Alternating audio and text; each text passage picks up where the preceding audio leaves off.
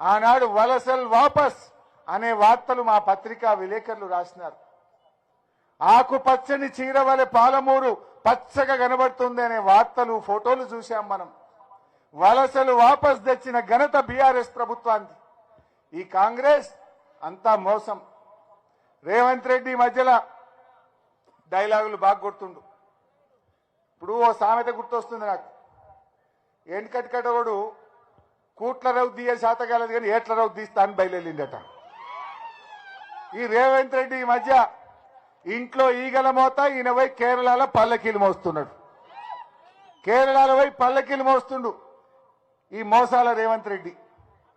ఈయన ఏం చెప్తున్నాడు? పోయి మేము 6 గ్యారెంటీలు అమలు చేసేసినాం, మీరు కేరళ వాళ్ళు వచ్చి చూడుండ్రి అని చెప్తుండ్రు.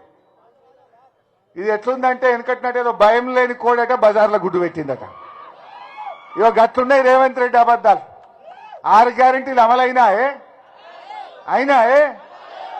రేవంత్ రెడ్డి నువ్వెవడో కేరళ వాళ్ళని వచ్చి నేను అమలు చేసినా చూడు అంటున్నావు. నిన్న మొన్న ఏదో గ్రామ సభలు పెట్టిండు ఊర్లల్లా. గ్రామ సభలల్లా మంత్రులకు ఎమ్మెల్యేలకు ప్రజలు చెమటలు పట్టించారు. ఏమైనాయి 6 గ్యారెంటీలు?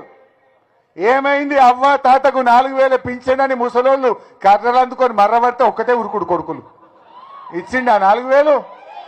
అదే మన కేసీఆర్ 200 పెన్షన్ 2000 చేస్తా అంటే బరాబర్ 2000 చేసిండు, ఇచ్చిండు.